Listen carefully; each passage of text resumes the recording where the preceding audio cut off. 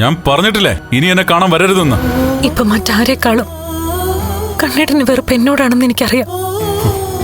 കല്യാണം കഴിഞ്ഞപ്പോ തന്നെ പലതും എനിക്ക് പറയാമായിരുന്നു. പക്ഷെ അത് ഞാൻ മൂടി വെച്ചു. ഞാൻ എന്തുകൊണ്ടാണ് അങ്ങനെ ചെയ്തതെന്ന് എനിക്കറിയില്ല. ശരിക്കും പറഞ്ഞ എന്റെ മനസ്സിനകത്തൊരു സമരം നടക്കുകയായിരുന്നു. പറയണോ വേണ്ടയോ എന്ന് പലതവണ ഞാൻ എന്നോട് തന്നെ ചോദിച്ചു.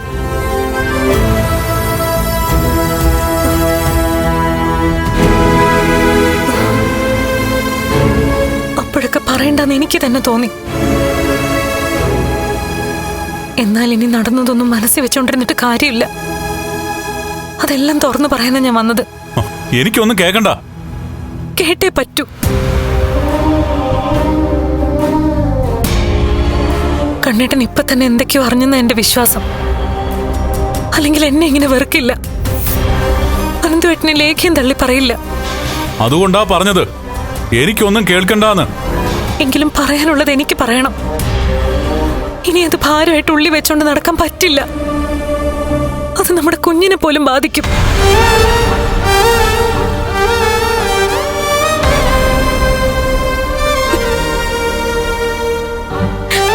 ഒരു വൃശ്ചിക മാസത്തിലെ തൃക്കാർത്തിക ദിവസം കണ്ണേട്ടനെ പിന്നിലിരുത്തി പോയ കണ്ണേട്ടന്റെ അച്ഛന്റെ ബൈക്കിലേക്ക് ഒരു ലോറി പാഞ്ഞു കയറി.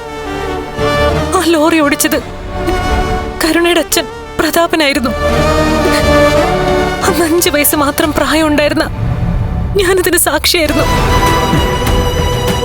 എന്റെ അച്ഛന്റെ ബാധ കയറിയിട്ട് സത്യങ്ങൾ പറയാൻ വന്ന പ്രതാപന്റെ വായി എല്ലാരും കൂടി തുന്നിക്കെട്ടി.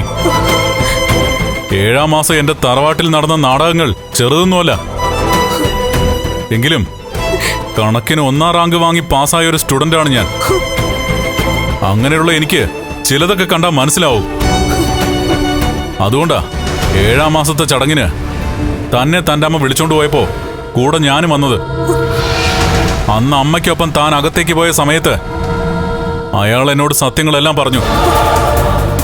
അയാളാണ് എന്റെ അച്ഛനെ കൊന്നതെന്ന്, അതിന് താൻ സാക്ഷിയായിരുന്നു എന്നും പറഞ്ഞു.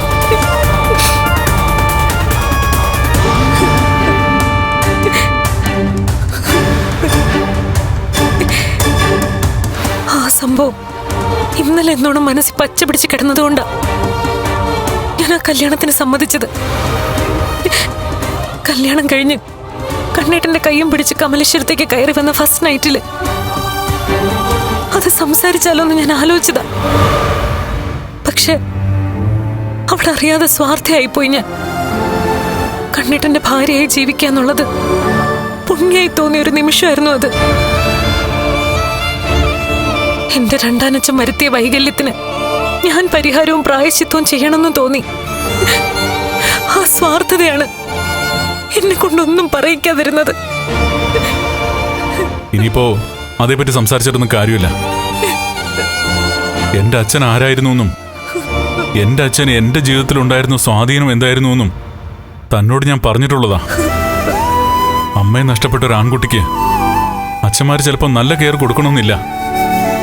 എന്നാൽ എന്റെ അച്ഛൻ പുറത്തു പോയിട്ട് വന്നു കഴിഞ്ഞാ 10-12 വയസ്സുള്ളപ്പോഴും എന്നെ ഒക്കത്തെടുക്കുമായിരുന്നു. എന്നെ വാരി പുണരുമായിരുന്നു. അങ്ങനെയുള്ള അച്ഛന് മുകളിലല്ല എനിക്കാരും. എന്തും ഇതൊക്കെ മനസ്സിലാക്കിയിട്ടും താൻ എല്ലാം മൂടി നടന്നത് തന്റെ ഭാഗത്തുണ്ടായ വീഴ്ചയാ. അതൊക്കെ പോട്ടേന്ന് വെക്കാം, സഹിക്കാം. എന്നാൽ ഇത്രയും കാര്യങ്ങൾ ഇപ്പൊ സംഭവിച്ചല്ലോ. എന്നിട്ടും താൻ എന്തെങ്കിലും പറഞ്ഞോ? അവസാനം തന്നെ പോലെ തന്നെ അനന്തുവിനും ലേഖയ്ക്ക് മനസ്സിലായി ഞാനെന്തോ അറിഞ്ഞിട്ടുണ്ടെന്ന്. അപ്പോ എല്ലാം പറഞ്ഞ് മാപ്പിരക്കാൻ വന്നതാ. ഒരിക്കലുമല്ല. കണ്ണേട്ടൻ ഇത് പൊറുക്കില്ലെന്ന് എനിക്കറിയാം. പക്ഷെ ഇപ്പൊ എനിക്കൊരു ആശ്വാസമുണ്ട്. എല്ലാം കണ്ണേട്ടൻ അറിഞ്ഞതിൽ സന്തോഷമുണ്ട്.